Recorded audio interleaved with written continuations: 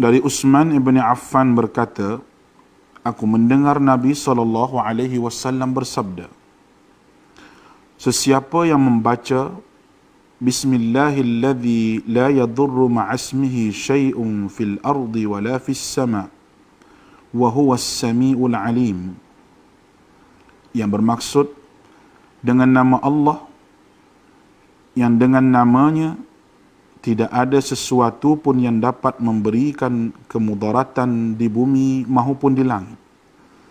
Dialah yang maha mendengar lagi maha mengetahui. Sebanyak 3 kali, maka dia tidak akan ditimpa bala yang datang secara tiba-tiba sehingga subuh. Dan barang siapa yang membacanya ketika subuh sebanyak 3 kali, maka dia tidak akan ditimpa bala secara tiba-tiba sehingga petang, iaitu malam. Hadis rawahu Abu Dawud menurut Syekh Syu'ib Al-Arnud. Hadis ini adalah hasan. Assalamualaikum warahmatullahi wabarakatuh dan selamat pagi. Alhamdulillah, sekali lagi cikgu dapat bersiaran dengan para pelajar semua dalam slot sejarah, iaitu dalam program tuition online Pelis Mengaji.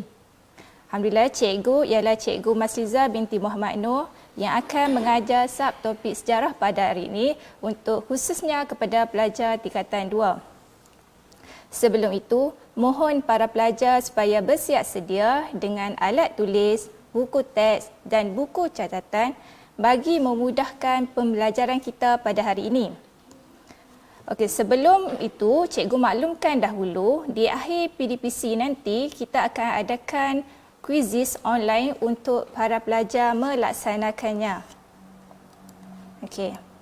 Baiklah, hari ini subtopik kita iaitu 6.1 pengasasan Kesultanan Johor Riau.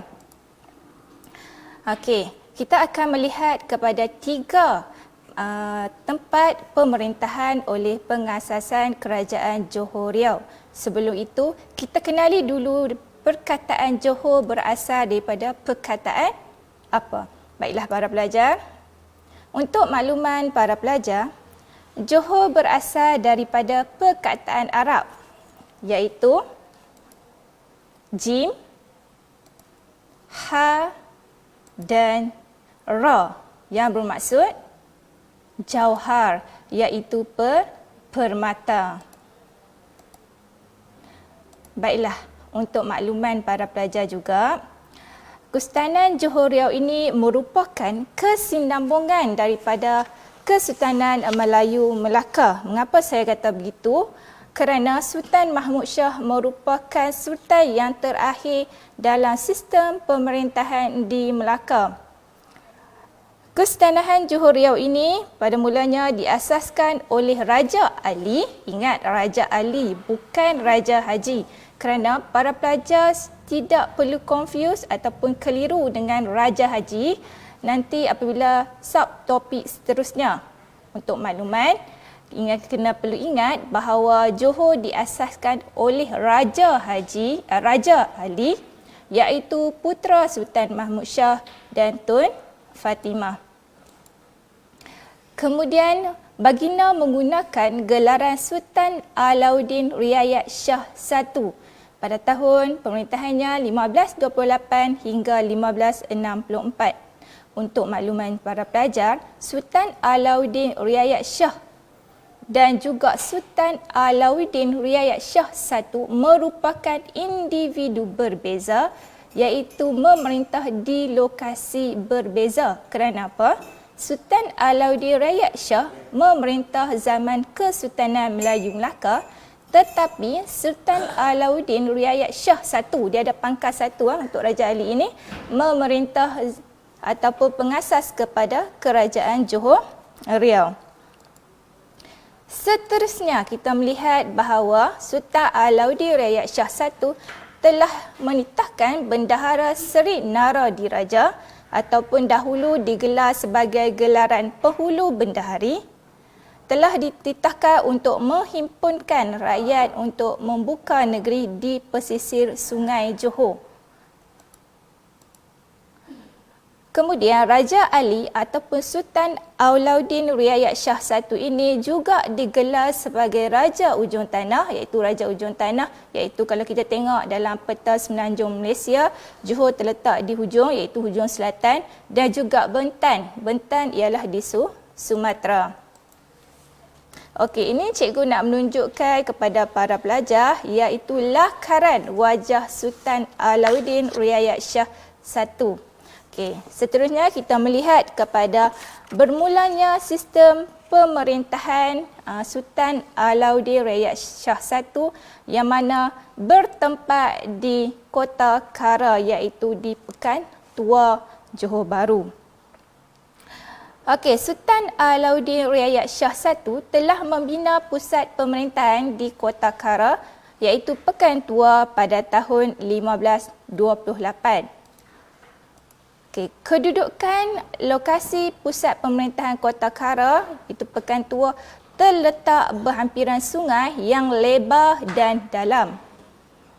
Tujuannya ini memudahkan pergerakan kapal untuk keluar dan masuk dalam aktiviti perdagangan. Tambahan lagi, kita melihat bahawa di lokasi tersebut terdapat kawasan berbukit bukau sekitar Kota Kara. Kawasan berbukit bukau sekitar Kota Kara ini dijadikan benteng pertahanan daripada ancaman luar dan juga ancaman musuh. Okey, apabila berlaku serangan, sekali lagi Sultan Alauddin Riayat Shah I pertama sekali telah memindahkan pusat pemerintahannya di Kota Kara di Pekan Tua yang telah diserang dan dimusnahkan oleh Portugis pada tahun 1535, telah menyebabkan beliau berpindah ke Kota Sayong Pinang, yang mana kawasan tersebut adalah kawasan yang selamat kerana kawasan perang yang sukar, kerana kapal perang yang kerana kapal perang musuh yang sukar untuk sungai yang sempit. Maksudnya sukar melintasi sungai yang sempit. Nanti kita tengok peta yang cikgu akan tunjukkan nanti. Kenapa dia berpindah ke Kota Sayong. Dan terakhir, iaitu di pusat pemerintahan Kota Batu Johor Lama, yang mana kita melihat iaitu Sultan Alauddin Riayat Shah I pada tahun 1540 telah berlaku lagi satu pemindahan pusat pemerintahan dari Kota Sayong Pinang ke pusat pemerintahan baru, iaitu di Kota Batu Johor Lama. Dan kawasan ini dikenali sebagai Tanjung Batu. Untuk makluman para pelajar, kedudukan pusat pemerintahan yang baru ini ialah terletaknya di lokasi yang strategik, iaitu terletak di Sungai Johor yang lebar dalam memudahkan kemasukan para pedagang. Secara tak langsung telah menyebabkan berlakunya pertumbuhan ekonomi dalam sektor perdagangan. Okey, para pelajar melihat ini adalah peta yang saya maksudkan tadi berkaitan dengan pusat pemerintahan zaman Sultan Alauddin Riayat Shah I. Yang pertama kita melihat iaitu di mana pusat pemerintahannya di Kota Kara apabila telah diserang oleh Portugis telah berpindah ke Kota Sayong. Maksudnya Sultan Alauddin Riayat Shah I telah masuk ke kawasan yang agak dalam sikit dan agak kawasan yang sempit untuk tujuan mengelak daripada ancaman musuh. Apabila situasi pada masa itu tidak lagi diserang oleh Portugis, sekali lagi Sultan Alauddin Riayat Shah I telah keluar daripada pusat pemerintahan Sayong Pinang dan berpindah ke Kota Batu, iaitu di Johor Lama. Kalau kita lihat kepada peta ini, para pelajar lihat bahawa kawasannya adalah kawasan Sungai Johor yang sangat lebar dan memudahkan aktiviti perdagangan daripada timur dan juga barat.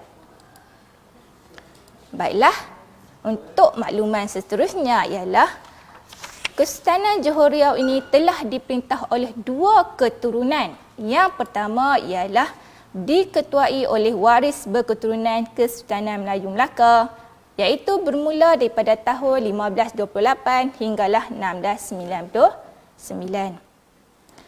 Yang kedua ialah diperintah ataupun diwarisi oleh Sultan berketurunan Bendahara Johor dari tahun 1699 hingga 1824. Kenapa daripada berakhirnya Kesultanan Melayu Melaka, nanti kita tengok Sultan Mahmud Shah yang mangkat di Julang, yang dikatakan mangkat di Julang itu telah diwarisi tidak meninggalkan waris dan menyebabkan keturunan Bendahara Johor mengambil alih dalam sistem pemerintahan di Johor.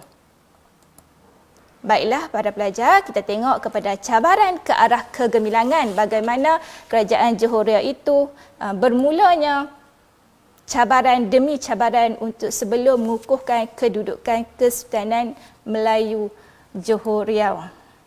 Okeylah, baiklah kita tengok persaingan Johor, Aceh dan Portugis.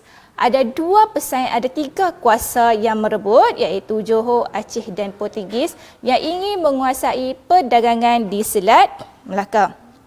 Baiklah para pelajar, kita tengok kepada penerangan cikgu di papan putih. Okey.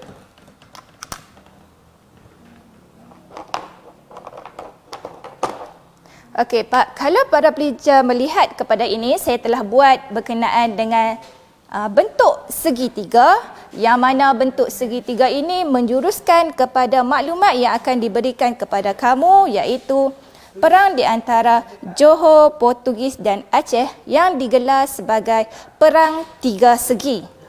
Perang Tiga Segi atau dikenali sebagai Perang 100 Tahun.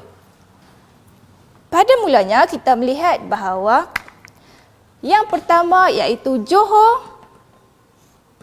iaitu saya buat anak panah Johor. Kenapa dengan Portugis? Yang mana Johor menyerang Portugis adalah untuk merampas kembali apa?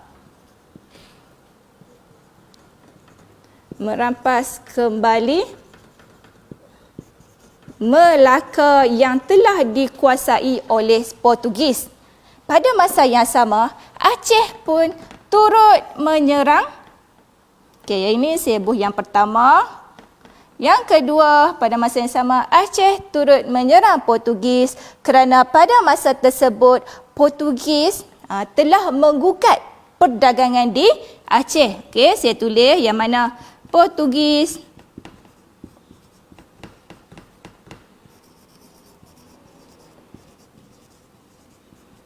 menggugat perdagangan di Aceh.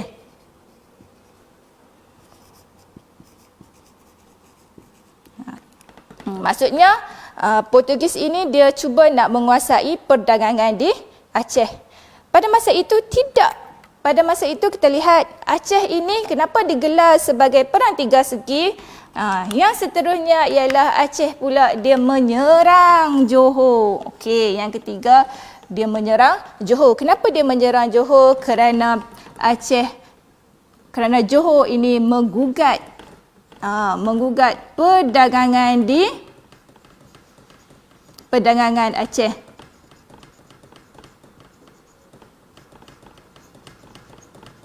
Gugat perdagangan Aceh. Kenapa dia menggugat perdagangan Aceh? Kerana pada masa itu, Johor pada masa itu melihat bahawa pelabuhan di Johor semakin bertambah maju. Okey. Portugis dia tidak berdiam diri, tapi dia cuba memberi serang balas, iaitu Portugis menyerang. Yang mana dia telah menyerang Johor. Kerana apa dia menyerang Johor? Mereka mengatakan bahawa adanya Johor dan Aceh, adanya pakatan Johor dan Aceh untuk menggugat Portugis. Iaitu saya menulis di sini bahawa Portugis menyifatkan bahawa ada pakatan antara Johor dan Aceh untuk menyerang Portugis.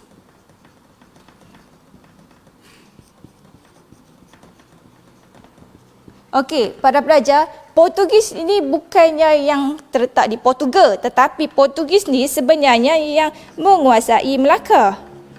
Jadi para pelajar perlu ingatkan. Jadi saya telah membuat kepada benda ini untuk memudahkan para pelajar mengetahui bahawa perang tiga segi di antara Johor, Portugis dan Aceh juga digelar sebagai Perang 100 tahun. Okey, Perang 100 tahun ini berakhir setelah Portugis memberi bantuan kepada Belanda dan menyebabkan Portugis dikalahkan pada tahun 1641. Pada masa tersebut, kita melihat bahawa Aceh pada masa tersebut juga mengalami kemerosotan akibat daripada kemangkatan Sultan Iskandar Thani di Aceh. Baiklah, seterusnya kita melihat kepada Perang Johor Jambi. Baiklah, kita tengok kepada Perang Johor Jambi yang kedua. Okey, Perang Johor Jambi ini untuk para pelajar ketahui ialah saya meletakkan peta sahaja, iaitu peta Semenanjung Malaysia dan juga Sumatera Indonesia, yang mana bermula apabila Johor di mana dia menuntut wilayah Tungkal. Ini Johor yang terletak di hujung. Semenanjung Tanah Melayu telah menuntut wilayah Tungkal. Tungkal yang mana pada masa itu dikuasai oleh Jambi. Dan krisis pada masa ini berlaku pada tahun 1659 hingga 1679. Seterusnya, Johor juga telah menyerang Jambi dan menyebabkan Jambi telah tewas. Pada masa inilah bermulanya Kesultanan Johor Riau yang terletak di Riau. Okay, yang ketiga, kita melihat kepada konflik pembesar yang melibatkan dua pembesar, iaitu Bendahara Tun Habib Abdul Majid dengan Laksmana Tun Abdul Jamil. Kalau para pelajar melihat, saya guna warna yang berbeza setiap nama pembesar tersebut untuk memudahkan para pelajar mengingatinya, iaitu Bendahara Tun Habib Abdul Majid dengan Laksmana Tun Abdul Jamil. Kalau lihat kepada hierarki sistem pemerintahan, kita melihat bahawa selayaknya jawatan bendahara itu dikekalkan, yang mana tidak boleh lagi berlaku perebutan, tetapi ada konflik yang menyebabkan berlaku perebutan di antara Bendahara Tun Habib Abdul Majid dengan Laksmana Tun Abdul Jamil. Kedua-dua mereka ini mengadakan ataupun terlibat dalam konflik kerana ingin menguasai kerajaan Johor Riau. Ibarat dikatakan bahawa Laksmana Tun Abdul Jamil ini lebih kuat dari sudu, maksudnya lebih menonjol daripada Bendahara Tun Habib Abdul Majid. Okey, konflik ini berakhir apabila pengunduran Laksmana Tun Abdul Jamil ke Terengganu dan telah menyebabkan keturunan bendahara kembali berpengaruh di Johor. Namun, apa yang berlaku ialah Bendahara Tun Habib Abdul Majid telah meninggal dunia. Dan untuk para makluman para pelajar sekalian, Tun Habib Abdul Majid ini juga dikenali dengan gelaran Bendahara Padang Saujana. Dan jawatan bendahara, iaitu Bendahara Habib Tun Abdul Majid, telah digantikan oleh anaknya Tun Abdul Jalil. Okey, untuk makluman para pelajar, Tun Habib Abdul Jalil ini kita akan lihat bagaimana dia menjadi sultan untuk subtopik seterusnya. Okey, cabaran yang keempat, iaitu yang terakhir, ialah ancaman Raja Kecil. Ancaman Raja Kecil, yang mana Raja Kecil ini dia telah menyerang Johor dan menuntut tahta kerajaan Johor pada tahun 1718. di mana raja kecil ini mendakwanya dirinya iaitu sebagai putera Sultan Mahmud Shah I, iaitu yang digelar sebagai Sultan Mahmud Mangkat di Julang.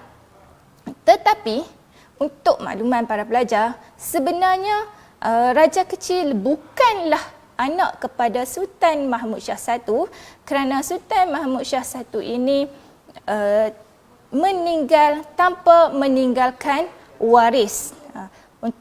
Sebelum itu, macam yang saya sebutkan tadi, Raja Ali ataupun Sultan Alauddin Rakyat Shah I itu merupakan Sultan Mahmud, anak kepada Sultan Mahmud. Yang ini pula iaitu Sultan Mahmud Shah I, iaitu individu yang berbeza. Beza sama ada satu dengan tidak ada satu. Iaitu Sultan Mahmud Shah I ini sultan berketurunan ataupun Sultan Mahmud Shah I ini adalah Sultan Johor yang terakhir dari Kesultanan Johor yang memerintah Johor. Maksudnya selepas ini yang ambil alih pemerintahannya adalah daripada golongan bendahara. Okey.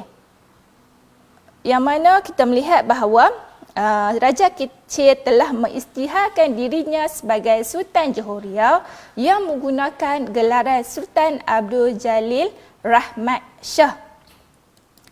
Keadaan ini menyebabkan Raja Sulaiman iaitu putera Sultan Abdul Jalil Riayat Shah IV, iaitu Sultan Abdul Jalil Riayat Shah IV telah meminta bantuan Opu Bugis 5 bersaudara. Maksud bantuan Opu Bugis 5 bersaudara ini ialah di mana individu, mempunyai 5 orang individu yang mana Opu Bugis 5 bersaudara ini ialah gelaran kerabat diraja bagi Bugis Lumu di Sulawesi Selatan. Okey, jadi 5 Opu Bugis 5 bersaudara ini iaitu terdiri daripada Dain Perani, Dain Menambun, Dain Merewah, Dain Celak dan Dain Kemasi. Macam saya sebutkan tadi, mereka ini adalah gelaran kerabat kerabat keraja Bugis Luwu iaitu di Sulawesi Selatan. Apabila Raja Sulaiman mendapat bantuan daripada Opu Bugis 5 bersaudara telah menyebabkan raja kecil dapat dikalahkan. Dan secara tidak langsung kita melihat bahawa Raja Sulaiman telah ditabarkan sebagai Sultan Johor dengan gelaran Sultan Sulaiman Badrul Alam Shah iaitu daripada 1722 hingga 1760 pemerintahannya. Manakala kita melihat Dain Merewah yang Opu Bugis 5 bersaudara tadi, salah seorangnya iaitu Dain Merewah telah dilantik sebagai Yang di-Pertuan Muda ataupun Yang Tuan Muda Bugis pertama di Johor.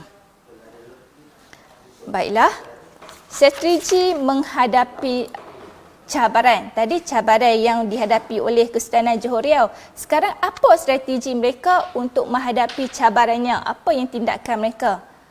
Okey, tindakan yang pertama, strategi yang pertama ialah pemindahan pusat pemerintahan. Yang kedua, membina kota pertahanan. Dan yang ketiga ialah menjalinkan hubungan dengan Belanda. Baiklah, kita melihat yang pertama. Pemindahan pusat pemerintahan.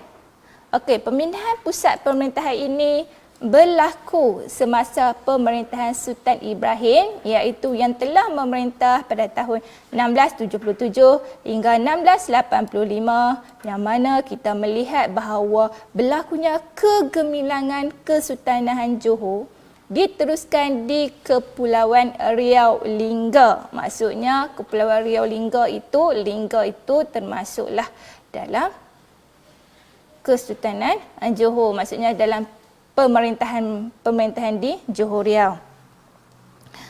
Okey. Mengapa berlakunya pemindahan pusat pemerintahan? Okey, kenapa berlakunya? Sebab pusat pemerintahan sering berpindah. Ada dua faktor yang para pelajar perlu ketahui. iaitu yang pertama ialah keperluan strategi ketenteraan dan juga pertahanan. Kemudian muslihat mempertahankan diri dari ancaman Portugis dan juga Aceh, macam yang kita belajar tadi, yang mana kita melihat kalau zaman sistem Sultan pemerintahan Sultan Alauddin Rayyan Shah I itu, dia telah memindahkan daripada pusat pemerintahan Kota Kara kepada Kota Sayung di Sayung Pinang. Begitu juga dalam pemerintahan Sultan Ibrahim berlaku juga perpindahan. Okey, kemudian strategi yang kedua ialah membina kota pertahanan. Okey, kota pertahanan iaitu kota pertahanan yang sering berpindah adalah untuk mengikut lokasi, dan perpindahan tersebut ataupun sering berubah-ubah di mana setiap kota pertahanan mempunyai bentuk dan cirinya yang tersendiri. Okey, salah satu contoh yang cikgu nak bagi di sini ialah Kota Kara, iaitu di Pekan Tua, yang mana kita melihat bahawa ciri-ciri dalam kota pertahanan Kota Kara ini yang mana dibina oleh pengasasan. Yang pertama ialah pengasasan Sultan Alauddin Rayyan Shah I ataupun Raja Ali tadi. Kemudian terletak di Kuala Sungai Telur. Pagarnya dibuat dengan pancang kayu besar setinggi 40 kaki ataupun 12 meter dan diperkuatkan dengan bedil dan meriam. Kenapa diperkuatkan bedil dan meriam? Maksudnya bukan dia letupkan pancang kayu besar tu, tapi diletakkan tengah-tengah bedil dan meriam. Okay, contohnya kita lihat di sini. Ini yang dimaksudkan diperkuatkan bedil dengan meriam. Maksudnya struktur pembinaan Kota Kara itu di tengah-tengahnya untuk menghadapi ancaman musuh. Okey, selain daripada Kota Kara, terdapat juga kota pertahanan yang para pelajar perlu ketahui, iaitu seperti Kota Pancur dan Kota Seluyut. Okey, kalau Kota Seluyut ini ditadbirkan oleh Sultan Muzaffar Shah yang merupakan sultan ketiga di Johor, manakala kota pertahanan di Pancur pula merupakan yang ditadbir pada masa itu, yang membinanya ialah Sultan Abdul Jalil Rayyan Shah IV. Dia ada lagi kota pertahanan yang para pelajar boleh search dalam QR code, yang dua lagi seperti Kota Batu dan juga para pelajar lihatlah pada QR, saya pun terlupa tiba-tiba. Okey.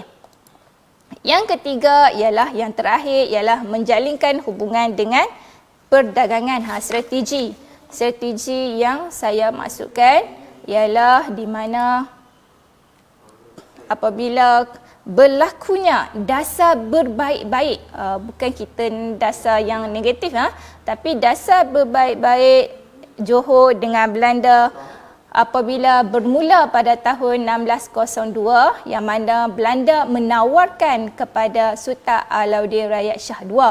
Ini Sultan Alauddin Rayyan Shah II, bukan yang pertama, yang kedua, yang mana tawaran yang ditawarkan oleh Belanda ialah untuk melindungi Johor daripada ancaman Portugis dan juga Aceh. Perjanjian tersebut telah menyebabkan Sultan Alauddin Rayyan Shah II dan juga pihak Belanda ditandatangani pada 17 Mei 1606. Okey, antara Admiral Belanda Cornelis Metelief de George dengan Sultan Alauddin Rayyan Shah I, di mana iaitu di atas kapal Belanda iaitu Orange. Baiklah, para pelajar melihat bahawa apabila Belanda Belanda meminta bantuan daripada Johor untuk menyerang Melaka, secara tak langsung Johor mengambil peluang ini sebagai salah satu platform mereka dalam perang Belanda Portugis, iaitu Johor memberi bantuan dari segi membantu mengangkut peralatan perang, membuat tapak meriam, menggali parit kubu, menyekat musuh lari ke dalam hutan, Dan yang terakhir ialah menaikkan semangat tentera Belanda. Oleh itu, kita melihat bahawa apabila Johor memberi bantuan kepada Belanda, telah menyebabkan Portugis yang berada di Melaka berjaya ditewaskan pada Januari 1641.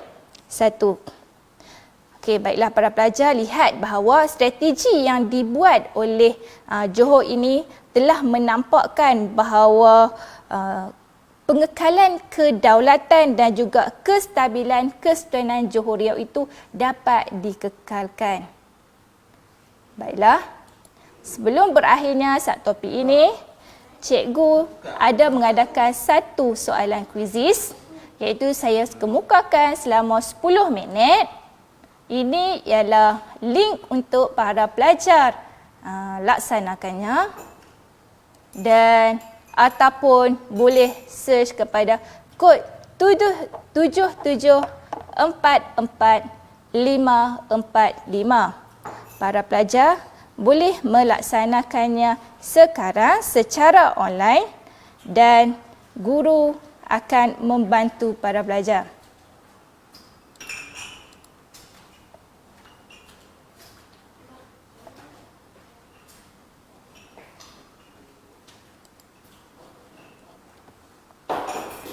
Okey, para pelajar boleh mencari dalam kuis ini di mana okey, kalau pelajar masuk kepada kuisis, yang kod yang cikgu bagi ini, setiap para pelajar berbeza soalan, tetapi jawapan yang diutarakan, jawapan yang ada adalah sama. Mungkin ada pelajar yang akan mendapat soalan nombor 1 itu terletak kepada nombor 6, jadi dia berbeza-beza. Okey, saya baca satu persatu, para pelajar boleh menjawabnya dan kita akan tengok. Contohnya soalan yang pertama, apakah nama gelaran Raja Ali tersebut? Apakah nama gelaran Raja Ali tersebut? Yang saya nyatakan tadi, ada berbeza angka Roman. Yang kedua, namakan pusat pemerintahan pertama Kesultanan Johor Riau yang ditubuhkan oleh Sultan Alauddin Shariat Shah I. Di mana terletaknya? Yang mula-mula yang kalau kita tengok peta yang saya tunjukkan tadi. Okey, yang ketiga, berdasarkan rajah di bawah, apakah kesan lokasi tersebut dipilih? Maksudnya kita melihat kepada, kalau para pelajar melihat kepada lokasi-lokasi, iaitu di Kota Sayong,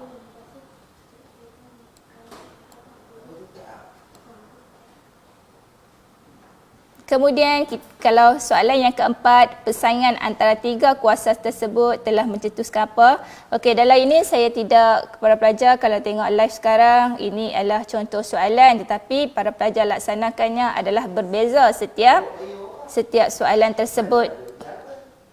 Okey, soalan kelima, siapakah yang dikenali dengan gelaran Bendahara Padang Sarjana? Okey, ingat siapa Bendahara Padang Sarjana yang mengadakan konflik dengan Laksmana yang saya nyatakan tadi. Okey, siapakah Raja X? Berkenaan dengan perebutan kuasa di Johor. Nombor 7, apakah strategi yang digunakan oleh Kesultanan Johor Riau dalam menghadapi cabaran yang mengugat kedaulatannya? Iaitu, adakah dia meluaskan kuasa, adakah dia menaikkan taraf kuasa pembesar, ataupun mengukuhkan pentadbiran atau memindahkan pusat pemerintahan. Okey, soalan yang terakhir, apakah tujuan Kesultanan Johor Riau menjalinkan hubungan persahabatan dengan Belanda? Okey, ada 8 soalan, hanya tinggal lagi berapa minit untuk para pelajar melaksanakannya.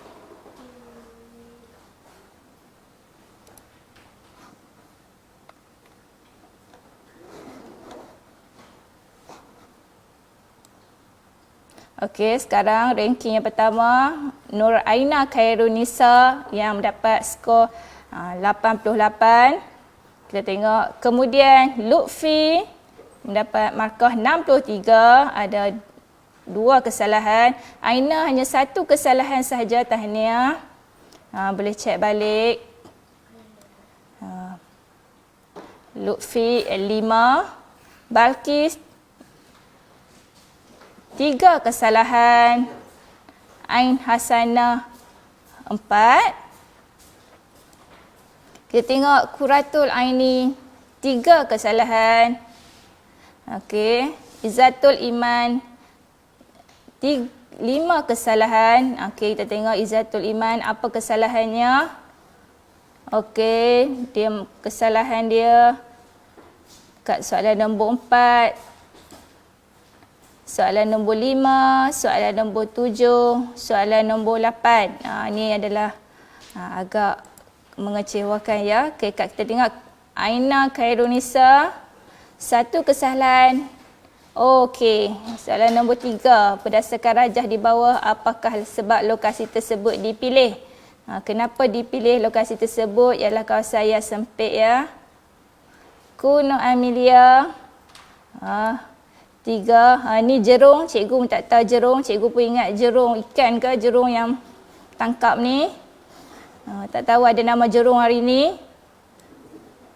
Kemudian Muhammad Arif, Adam Iskandar, Nazatul, Dafnia, Nur Atikah Najihah ni kosong langsung. Okay, yang masih mengekalkan ialah Nur Aina Khairunisa. Tahniah Nur Aina, 1 je kesalahan. Okay, ada lagi yang nak masuk? Okay, Nik Muhammad Aiman. Okay, Nik Muhammad Aiman 3. Jawapannya 2 masih tidak dijawab ya. 2 masih tidak dijawab. Masih tercari-cari. Risha Umaira 3. Kita tengok ni 3. 4 masih tidak dilaksanakan.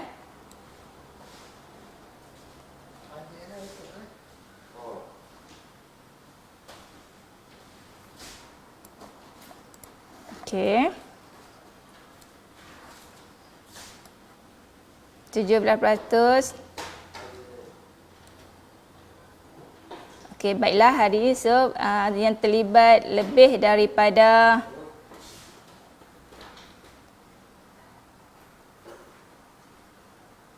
okey 1 2 3 4 5 6 7 8 9 10 11 12 13 14 15. Okey, lebih daripada 15 orang. Cuma cikgu boleh mohon supaya letaklah nama anda dengan betul. Jangan meletakkan nama samaran. Nama samaran ini tidak diketahui. Tidak diketahui. Okey. Okey, ada lagi para pelajar yang ingin melaksanakan soalan tersebut. Okey, 67 orang pelajar yang telah melihat. Okey, yang telah terlibat. Okey, yang terbaru kita tengok Muhammad Isyam, tahniah 100, Arif 100, Quratul Aini 100, Balkis 100, Zatul Iman 100, Maisarah 100, Aiman Ashraf pun 100, Haikal Al-Iman 100, Nura Aina pun 100, alhamdulillah. Siti masih tengah melaksanakannya. Lutfi 100, Nura Afifah pun 100, Kuno Amalia pun 100, Nazatul 100, Ain Hasanah salah satu, Haziq masih melaksanakan tugas, Hafiz salah satu, Zarif Pentom. Oh, Zarif Pentom. Cikgu baru tahu ada nama Zarif Pentom, memang unik namanya. Kemudian ada Iskandar salah satu, Jerung pun salah satu, Jerung ikan ni jawab soalan. Muazzam pun salah satu, Okey, Danik Muhammad Iman masih menjawab. Dania masih menjawab. Hafiz salah 2. Okey, ada peningkatan ya. Maksudnya 67 orang pelajar. Okey, kita tengok. Kita tengok lagi. Kita reviewkan lagi. Kita tengok report. 72 orang terlibat. Alhamdulillah masih meningkat para pelajar. Peningkatan yang sangat merasakan. Okay, masih Muhammad Isyam skor yang tertinggi kerana masa yang menjawabnya ialah sangat pantas ya. Tahniah kepada pelajar yang mana terlibat dalam kuisis ini. Markahnya mencapai 100 markah. Pencapaian yang sangat memberangsangkan dan alhamdulillah kuis ini kita akan tutup seketika nanti. Ada 2 minit lagi untuk para pelajar menjawabnya. 2 minit lagi untuk para pelajar menjawabnya.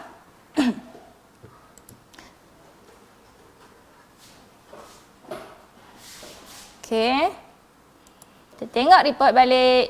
Individu terlibat 76 orang bertambah. Adakah Hisham masih di tempat pertama dengan jawapannya? Oh, Hisham masih, dia diikuti oleh Arif. Masa yang pantas diambil oleh mereka.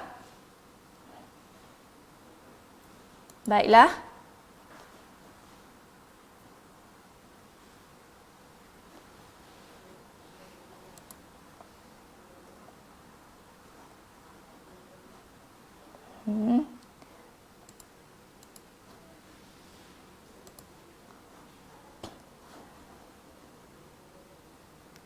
Okey, para pelajar melihat bahawa masa yang menjawabnya telah pun tamat. Sehubungan dengan itu, kita melihat kepada jawapan yang dinyatakan. Kita tengok satu persatu. Okey, apakah nama gelaran Raja Ali tersebut? Okey.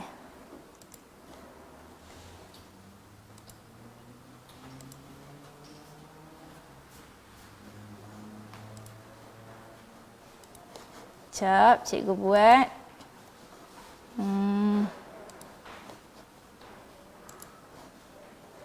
Okey, jangan game.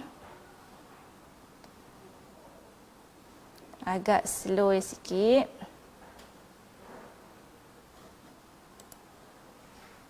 Iaitu untuk kita tengok satu persatu kita punya jawapannya ialah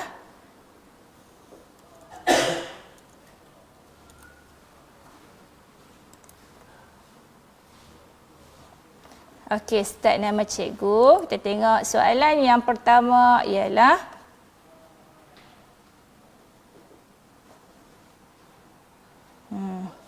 comel-comel semuanya letak.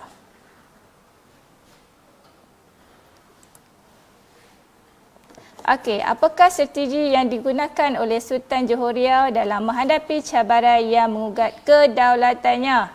Adakah dia menaikkan taraf kuasa? Jawapan dia ialah meluaskan kuasa. Memindahkan pusat pentadbiran. Okey, seterusnya kita tengok siapakah yang dikenali dengan gelaran Bendahara Padang Sarjana, iaitu siapa? Tun Habib Abdul Majid ke Tun Abdul Jamil? Tun Celak memang tak ada nah. Cikgu saja bubuh, iaitu Tun Habib Abdul Majid. Okey, seterusnya kita melihat kepada apakah tujuan Kesultanan Johor Riau menjalinkan hubungan persahabatan dengan Belanda? Kenapa? Untuk menghadapi ancaman Portugis. Okey. Raja Ed mengisytiharkan dirinya sebagai Sultan Johor Riau dengan menggunakan gelaran Sultan Abdul Jalil Rahmat Shah. Macam cikgu katakan tadi, baginda ni bukan anak kepada Sultan Mahmud Shah I, iaitu raja kecil. Okey, seterusnya kita melihat kepada namakan pusat pemerintahan pertama Kesultanan Johor Riau yang ditubuhkan oleh Sultan Alauddin Rakyat Shah I, iaitu di Kota Kara. Okey, seterusnya kita melihat kepada soalan ni. Seterusnya iaitu Johor, Portugis dan Aceh, iaitu perang 3 segi. Kita tengok tadi, saya tengok nampak ada nama Luqman di situ, pun telah Amir, Ashraf pun ada.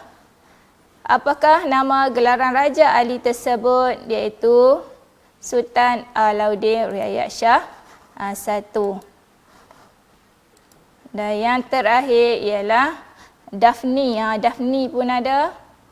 Pusat pemerintahan dan pentadbiran Kesultanan Johor Riau iaitu Kota Sayong. Mempunyai sungai yang sempit, mempunyai dasar sungai yang dalam, mempunyai sungai yang lebar, mempunyai sungai yang bersih. Kenapa? Sebab kau ingat kata Kota Sayong ni iaitu Sayong Pinang. Pusat pemerintahan yang kedua iaitu di mana Sultan Alauddin Rakyat Shah I dia masuk ke dalam sebab adalah mempunyai sungai yang sangat sempit. Jadi melihat bahawa kalau cikgu pun dapat apa? Raption. Yang ni iaitu memindahkan pusat, meluaskan kuasa. Ini soalan yang tadi yang kita laksanakannya. Baiklah. Para pelajar, kita boleh melihat kepada soalan yang tadi iaitu my quizzes. Okey. Report melibatkan 87 orang yang laksanakan quizzes iaitu berkaitan dengan topik pengangkatan Kesultanan Johor Riau. Okey, tahniah para pelajar Haziq. Haziq saya tak tahu Haziq mana yang laksanakannya. Bagus. Para pelajar yang laksanakannya, tahniah. Okey, baiklah kat sini. Berakhirnya pembelajaran kita berkaitan dengan subtopik iaitu pengasasan Kesultanan Johor Riau. Sebelum itu, cikgu minta supaya para pelajar sekira yang telah mengikuti live hari ini supaya dapat melaksanakan pembelajaran ataupun dapat melaksanakan lagi soalan latihan untuk mengukuhkan PDPC ataupun pemahaman kamu tentang subtopik 6.1. Sehubungan dengan itu, untuk seterusnya, subtopik seterusnya 6.2, mohon para pelajar supaya bersedia untuk pembelajaran yang akan datang nanti. Okey, cikgu iaitu Cikgu Masizah binti Muhammad Nur dengan akhir ini, akhir kalam daripada saya dengan lafaz bismillahirrahmanirrahim. Assalamualaikum warahmatullahi wabarakatuh. Bye.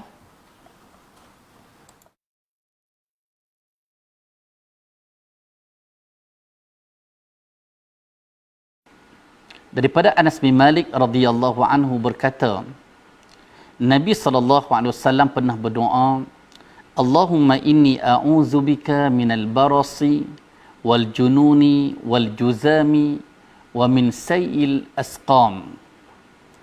Ya Allah, aku berlindung denganmu daripada penyakit sopak, penyakit gila, penyakit kusta dan penyakit-penyakit yang buruk. Hadis diriwayatkan oleh Al-Imam Abu Dawud dengan sanad yang sahih.